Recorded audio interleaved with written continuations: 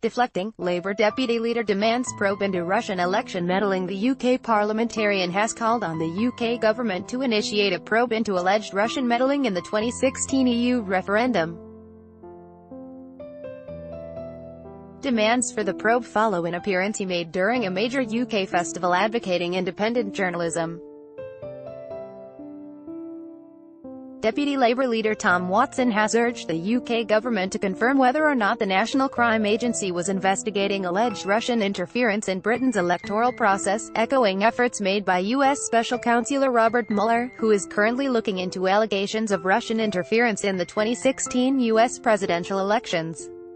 The demands come after a surprise announcement to Byline Festival attendees on Saturday, demanding that the UK government look into possible ties between the Russian state and pro-Brexit Leave. EU campaigners: Today I called on the government to confirm the National Crime Agency is investigating Russian links to http://leave. EU, Watson announced. We need a public inquiry. It is time the British people were told whether the EU referendum result was stolen by the Russian state. In his speech, Watson referenced questions posed by London Guardian journalist Carol Cadwallader during an electoral commission Q. Why are our politicians not doing anything about it? He said, quoting the journalist. Read more. People's Vote campaign group to pressure Corbyn on Brexit stance, reports. Watson then criticised the UK Electoral Commission, asserting that the government body was not designed to look into other states interfering in the UK's democracy. He also demanded that the public had the right to know if the NCA was investigating Russian collusion allegations, and if the referendum was stolen by the Russian state or not. Jeremy has highlighted the problem of there being too many statutory bodies, and this is what we've seen in the referendum, he said, as quoted by the London Guardian. We know there were breaches of data laws and election laws, and even possible state interference. Fellow parliamentarians rushed to congratulate Watson on his statements. Well done at Tom_Watson. Great to have the Labour front bench weighing in support of our campaign for the truth. Labour MP for Exeter Ben Bradshaw tweeted in response. Read more. Tom Watson's comments follow those made by the UK Electoral Commission, who concluded in a May 11th statement that Leave EU failed to declare around £70,000 in its expenses. It also accused the group of exceeding the spending limit for non-party registered campaigners by at least 10%, adding that expenses may have been considerably higher than that. These are serious offences.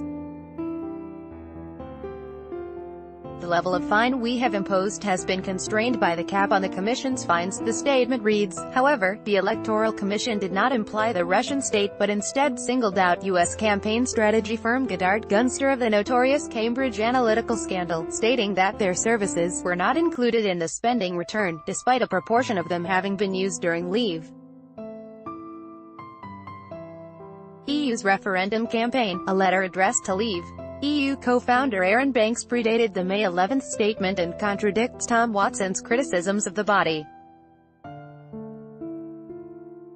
The Electoral Commission is an independent regulator of political finance in the UK, the letter reads. The rules we enforce were put in place by Parliament to ensure transparency and public confidence in our democratic processes. Bob Posner, Electoral Commission Director of Political Finance and Regulation and Legal Counsel, mentioned. The UK House of Commons published research on ties between Leave EU and Cambridge Analytica on April 16, which compared scapegoating techniques used by the Nazis against Jews to those by Leave EU against immigrants. The investigation accuses Leave EU of copying the strategy that Cambridge Analytica had set for the campaign. Watson's calls for an investigation also follow a July 13 meeting between Ian Lucas MP and senators from Intelligence Committee for Atlantic Council. The meeting, entitled Pulling at the Strings, the Kremlin's Interference in Elections, took place July 16 and proposed ways to blame the Russian state by tapping into relationships with European parliamentarians, Eastern Partnership countries, and policy, media, and governmental figureheads. Digital, Culture, Media and Sport Committee Department